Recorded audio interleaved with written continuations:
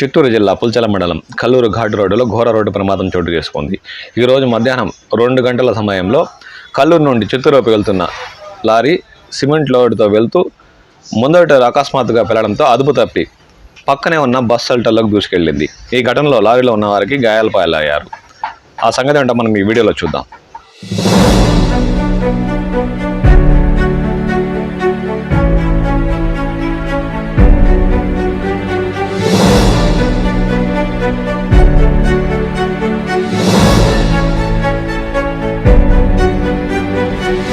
కల్లూరు నుండి చిత్తూరు వైపు సిమెంట్ లోడ్తో వెళ్తున్న లారీ అదుపు తప్పి కల్లూరు ఘాటు రోడ్డులోని ప్రమాదకర మలుపులో పక్కనే ఉన్న బస్ షెల్టర్లకు దూసుకెళ్లింది. ఈ ప్రమాదంలో లారీలోని వ్యక్తులకు గాయాలయ్యాయి.